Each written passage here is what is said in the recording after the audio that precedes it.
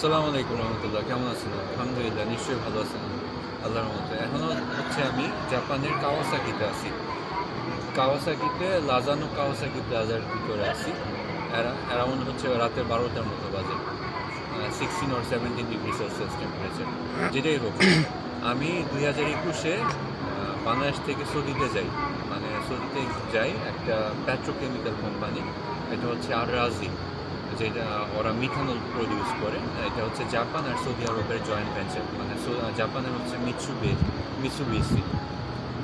এখন হচ্ছে আমি আপনাদের বলি, তো যখন আমি সৌদিতে যাই, একটা ছেলে আমার সিজিপি আলহামদুলিল্লাহ ভালো ছিল, ভালো একটা ইনস্টিটিউট থেকে ব্যাচেলর কমপ্লিট করছে। তো অনেকে অনেক ধরনের মন্তব্য করতো যে এত ভালো রেজাল্ট নিয়ে হয় সৌদিতে যাইতেছে কেন।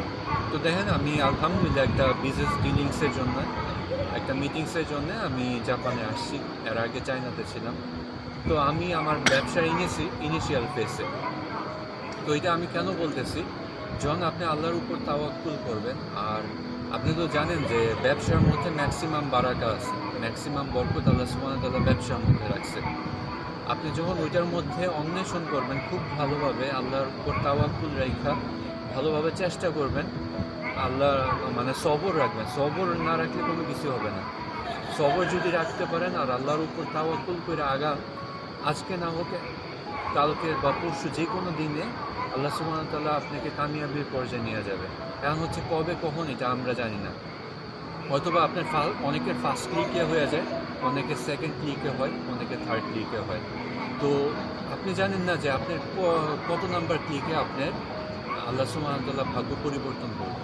মনে রাখবেন যে রাতের পরে দিন আসে, দিনের পরে রাত আসে, মানে পরিবর্তন হয়। তো আল্লাহর উপর ভরসা রেখে আপনি যদি কোনো কিছু সবর ধরে কোনো কিছু অন্বেষণ করেন, বা কোনো কিছু যদি চান, কোনো কিছুর প্রতি 100% যদি লাইকা থাকেন, আল্লাহ সুবহানাহু ওয়া তাআলা এটা আজকে হোক কালকে হোক দিবে ইনশাআল্লাহ।